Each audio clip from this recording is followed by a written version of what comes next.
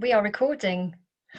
Hello, Hello. with my helmet on. This is Lauren and I'm Kate. I'm currently doing some crazy cycling for charity, and the charity I'm raising money for is Working Options in Education. So now I've done the stupid thing, I'm going to take this off because I've just done my ride for lunchtime. Not as long as I like to, but so welcome Lauren for coming on today and telling us a bit more. You're very welcome. I feel really strongly about the charity that Lauren co-founded because, well, firstly, we were just saying, when on earth did we meet? And we rolled it right back to when I used to run a jelly co-working group in Harpenden, and my mate who used to work at the venue introduced you to the co-working, and you came along, and all sorts of connections have happened from then. So but sometimes you just gel with someone, and we've stayed good friends, haven't we? So we just more have jacket potatoes more than talk business, don't we?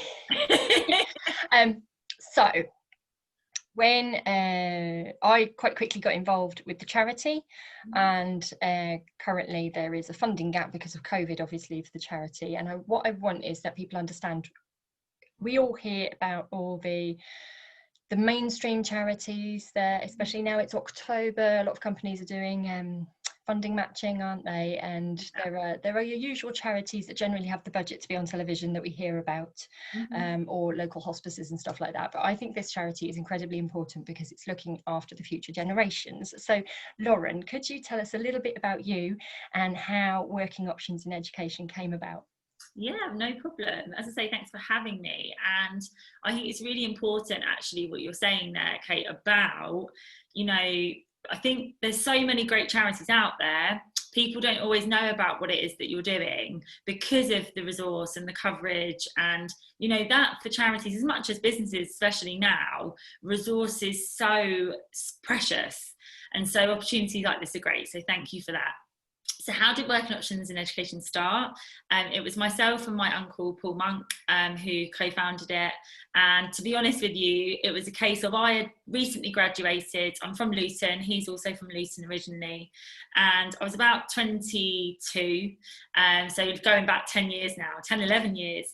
And I said, look, I know you do fundraising stuff, but I don't know what. Can I help? Because I'd just come out of uni. And actually, although I had this great degree, I don't know about you, but I think a lot of people I speak to, I had no idea what to expect, actually, when I left university, and what opportunities there were, how to navigate this world of graduate recruitment, assessment centres, all these weird tests you were sent. And I was really overwhelmed.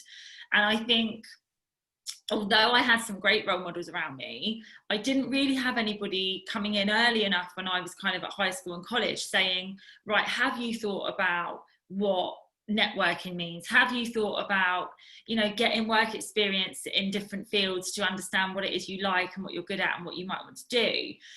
And so when I spoke to Paul, he said, I have this idea. I really want us to go back to our own sixth form and talk to the students about, what is out there, what is possible, no matter where you come from. So many people give Luton a bad rap. And I think it was just a case of, he's at the other end of the spectrum where he'd not gone to university and has done incredibly well for himself through hard work and intelligence and networking and all that kind of stuff, and built this great career and contacts base up. So he could utilise that. And I was fresh out of uni thinking, great, I've got that experience to go back and say, right, I've literally just done this a few years ago. This is what I wish I'd known. And he can do it the other way, saying, if I'd had more confidence, if I'd believed more that I could achieve what I have, I might have got there quicker. So that's how it started.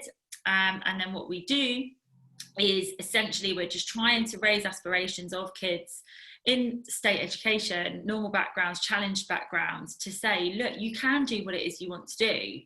You just need to think about some of the softer skills, or employability skills, as colleges and schools will call them, because these are skills that will help you no matter where you go, no matter what profession, what industry. And so we do that through bringing in people like yourself from industry to talk to them about their own experience, and we run some workshops around specific skills as well. And it just is all about opening their eyes and giving them opportunities that they might not have in their own network and family and things like that.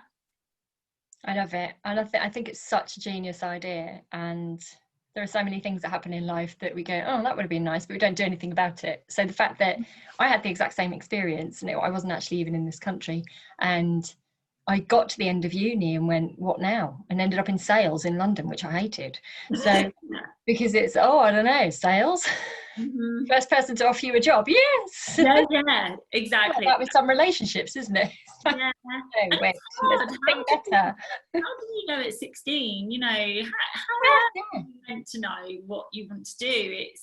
So I think the more people you can hear from, and actually be reassured that a lot of people are the same in that sense, that they don't know. And also, you know, we've had situations where a tutor might say to us, oh, that person who came in who had a career in buying at Waitrose or somewhere, actually one of our students was really interested, went and looked into it, and is now following that route. So it just takes that tiny moment from somebody to spark inspiration, and then you've got a whole different door open to you as a young person. So I feel privileged to do the job I do. I love it. And you're so good in front of the students as well. So I volunteer my time normally, don't I, to well, I'm volunteering my time in another way at the moment, but my time and my legs. So I go in, I've done two things, haven't I? I've done well, several instances, but two types. One is the what do you call it when we go in and talk about our career path? Yeah, insights from industry. Insights from industry. And the other one was an employability skills workshop, wasn't it? Which was really interesting as well. So where have we been together in cars? We've been, and trains. We've been to Croydon. We've been to Brighton. We've been to Luton. We've been wherever. I think there was another one I couldn't end up doing. And I know I roped my brother in, and he's involved down in Southampton as well, isn't he? Mm-hmm. And just telling, so all I do is tell my story. And when we get the feedback forms and we look through them, it's great to see. It's really, really similar, the feedback, isn't it? It's it was really good to know that I have it in me what I need to succeed. I just need, it doesn't matter that I don't know exactly what I want to do now, because I might end up doing something completely different anyway, given my work journey. Obviously, I've done all sorts. So why do you think that's important, especially now that you guys keep, because I saw what you wrote about the Bridge the Gap. So if you could tell us a bit about Bridge the Gap and why that's incredibly important for you now. Oh, for sure. So I think pre-COVID, sorry, we're not post-COVID yet, and pre-COVID, our kind of funding model was around some big fundraising events, which means bringing people together. And unfortunately, we've had to postpone those, which, you know, again, when you're a small charity anyway, with, you know, great supporters, but a smaller pool of supporters, that makes life difficult. So it left us with quite a significant funding gap of around £200,000. And we are also bridging the gap between those that are less fortunate and those who maybe do have more opportunities. So I kind of just thought, right, there's got to be something we can do to use that phrase and it have a double meaning. So we started the fundraising campaign called Bridge the Gap to help us bridge our funding gap, but actually, which also means getting that money means we can help more young people bridge their gap between education, work, and that kind of the social mobility gap. Because as most people will know and see daily and hear daily, you know, there are going to be so many young people negatively impacted by the current situation, especially in terms of kind of employment opportunities, you know, university experiences, placements, all kinds of things. So I think for us, it's about, right, what can we do to get our community of supporters like yourself, corporates, a whole host of people, tutors even in some instances, to get behind something that can raise the profile of working options and get some money in at the same time. So that's where it came about. We have different options for people. So I did 300 kilometres in 28 days, running and walking. You have very kindly offered to do your challenge, which I'll let you talk about. out. Yeah, but you did way further on your feet and I'm on a bike, so now I'm like, oh, but you are 10 years younger than me. And then we've had some corporates be very kind and donate money towards it. So we've got a few things going on, and people can choose how they want to raise money. And we've got somebody doing a really interesting, she's going to hula hoop 100,000 hula hoops with over a month, which is the equivalent of 190 kilometers that she would travel to and from the office usually. And then she'll ask people to donate what they would in either like a day, week, or month's worth of commuting.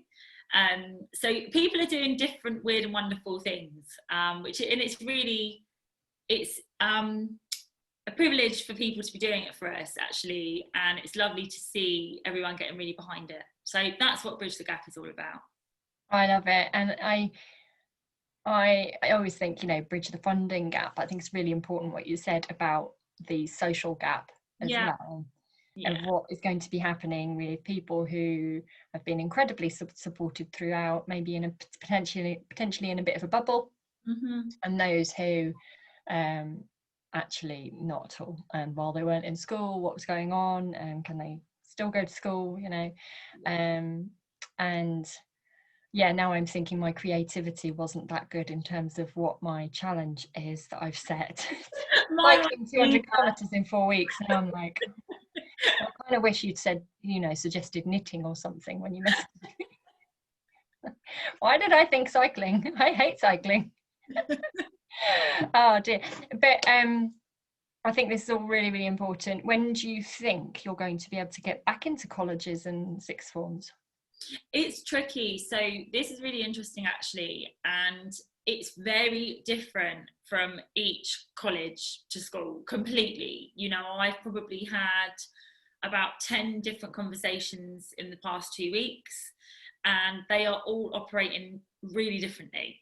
So there's no one size fits all.